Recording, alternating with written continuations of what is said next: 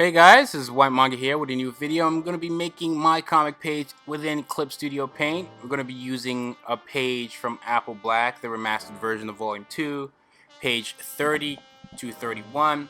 Now you guys have seen me talk about this day in, day out, about the remastered version. You guys can go get that. It's the same link in the description for those who are interested. But here, I like to start out pretty simple. I pick one thing and just focus on that layer. Here, I'm on the layer in Clip Studio Paint that has the materials, and I'm just putting the material for her wand. And her wand here is basically a really nice, unique fabric that she can use to attack her opponents or anything of that nature. And so here I do the same, but now I have a separate version, and I do a smaller one because she's out in the distance, so the material should be a little smaller. You know, trying to be consistent with distance and depth and stuff like that. So this video overall is just kind of going to go over my mindset and process and how I kind of think putting these pages together. If you're interested into how I put the panels together, how I inked it, I'll leave a link in the video cards to the other videos where you can go check that out. Here, I'm putting in more of the materials, and if you notice, I was doing them in strokes. There are several ways you can lay down the materials on your page. I decided to do it here with strokes because it sells more of that motion and action within the panel, you know, rather than just slapping it on there in a flat way. So there's several ways you can lay down the material. You can either use your brush and just go over it simply, or you can select an area and then fill. So that's one way to do it. And that's all I'm doing here. I'm kind of moving back and forth between the two materials. I go with the smaller ones if I know I'm going to be at a distance with her, and the character's name is Fulani, by the way. So if I at a distance, I'll use a smaller version of it, and if I come closer, I use material, the same material, but a bigger one, so they're on separate layers. Now I'm just putting in tone for her skin, but overall, that's the first panel she appears in within this page. So I have this really nice tone that just layers her completely, because it's almost like we're showing her in a mysterious way. She's kind of entering the scene with some class, some pizzazz. Feel me? But she's coming in with some class, a little mystery, you know, coming in with action as well, kind of introducing herself to the scene with some excitement. And so I want her to kind of be toned and darkened a little bit. That's why you can see in that panel I don't even draw backgrounds at all. And also the panel is small, and once the panels are really small, I tend not to draw backgrounds, or if I do them really little. And even with the next panel, I don't draw her completely, so it's almost like we're seeing her slowly and surely, but I'm still toning her completely. And it's just adding that little mystery before I reveal her in the next panel. And in the panel itself is also one where the character, we see her from head to at least half of her body. Now she's not going to be toned completely, except for the places she would normally be toned, like her skin and obviously her fabric, that is her wand, fabrica. And she's popping out of the panel, just excitement. Usually when you're doing all these action panels, you want them to be exciting. You want them to pop every chance that they can. Keep the reader's eyes very, you know, engaged, immersed. Whatever smart word you can think of, insert. And here we kind of draw her smaller so we can see the full thing. And again, I go into a little more detail about putting the panels together in the videos I was talking about. And they go into more detail of my thought process of doing all of that. Inking or storyboarding, even the scripts that helped birth all of this. Sometimes with the inking, there's a way I ink, or at least the way I tone, to speed up the process of what I do. And that requires a lot of selecting areas and filling in. You want to make sure you look pretty thoroughly because you don't want to miss a spot.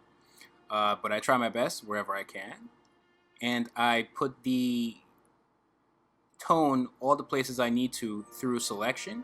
And in some cases where I can't select that area, I go in with a brush. I have another good video that kind of gives a basic guide into Clip Studio Paint and what its capabilities are. I'll also link to that video. You guys seem to enjoy that video a whole lot more. So there'll be a lot more Clip Studio Paint videos coming to the channel. You guys can go check that out once they drop. So here, I kind of use the tone to fill up any holes I might have left with the inking, because you can't select an area if there's like a hole, if there's a gap.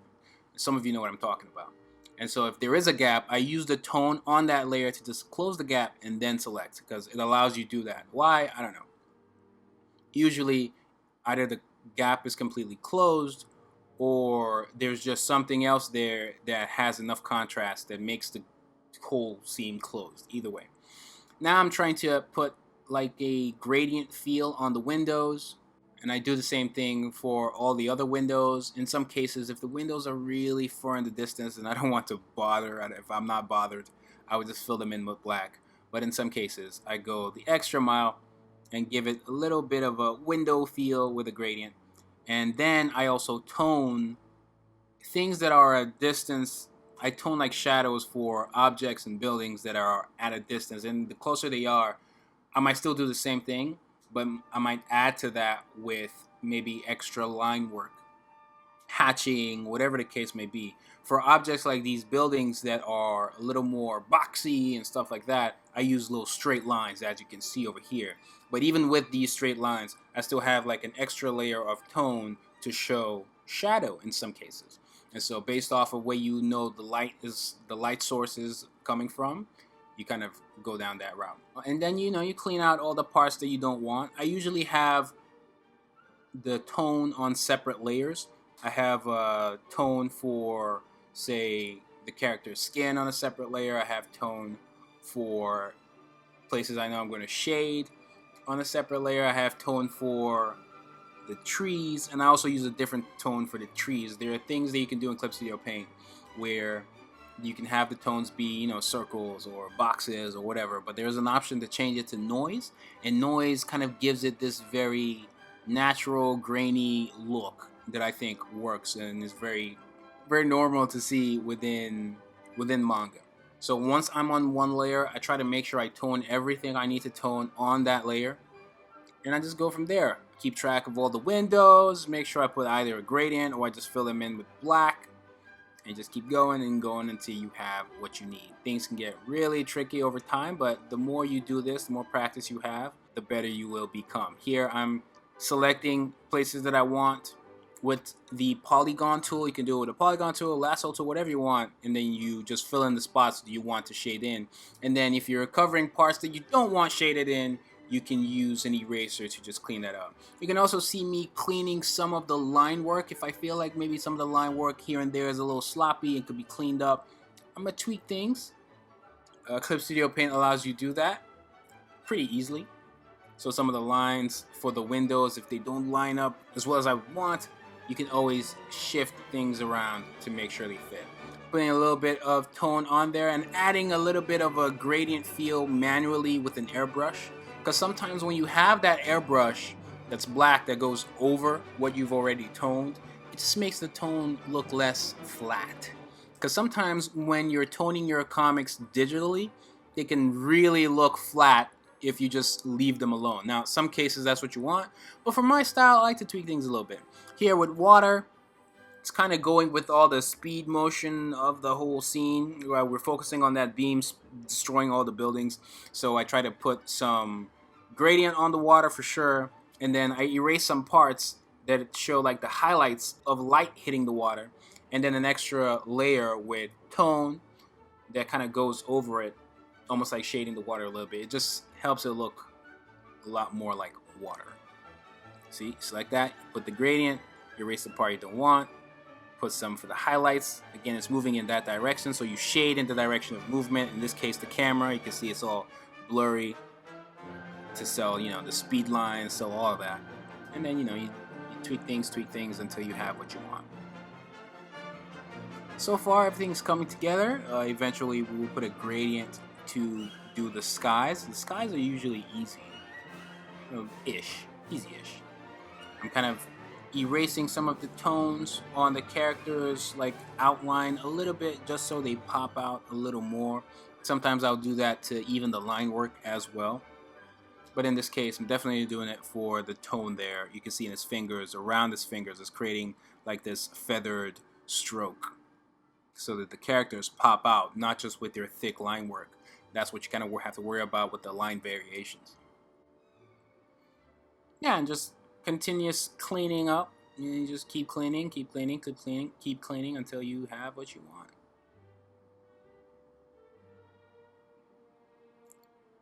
Now it's time for the skies. I select all the parts that I want to be selected in the skies. I have a deselect tool to deselect any parts that maybe it's selected that I didn't want. So Clip Studio Paint has all these, and maybe I'll do a separate video that goes into more detail on how to do these things. But this video is just like a nice, simple, soothing, classical music in the background, narration, you know, observational tutorial, or at least let you know what's possible. But definitely the more in-depth Clip Studio Paint videos are coming, including animation. I know I've been saying that a while, but there's just been a lot going on. Then with one of the tools that I have at my disposal, one of the brushes, I use that erasing some of the gradients in the sky and just using them to form clouds. It's really easy, right? With manga, you don't have to be that detailed. Manga generally is more about getting the story and the ideas out there as quickly as you can, and less so about getting everything in pristine form. That's why Japanese comics that are produced are more about getting it out there weekly and all that kind of stuff. Versus here, you get like 30 pages every, some cases, months, every couple months for a lot of dollars. But it's in color, it looks flashy. With manga, is less so. So here, putting in speed lines where I want them, erasing where I don't. In some cases, you can actually use a mask. But the good thing is that the layer itself is somewhat of a mask, so if I want it back, I can just draw over that and the lines would just reappear. It's hard to explain, but I'm just erasing the parts that I want. That's all you need to know. And so for those who already have some experience using Clip Studio Paint, you kind of get a good vibe of what I'm talking about. And then with the speed lines at the edge, sometimes I clean them up, right?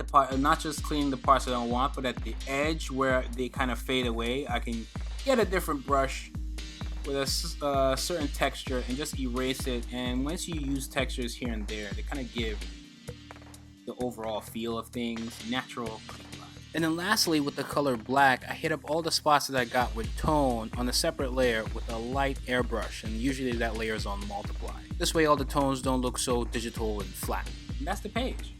Please like the video, and next to smash the subscribe button, follow me up everywhere, Instagram, Twitter, Facebook.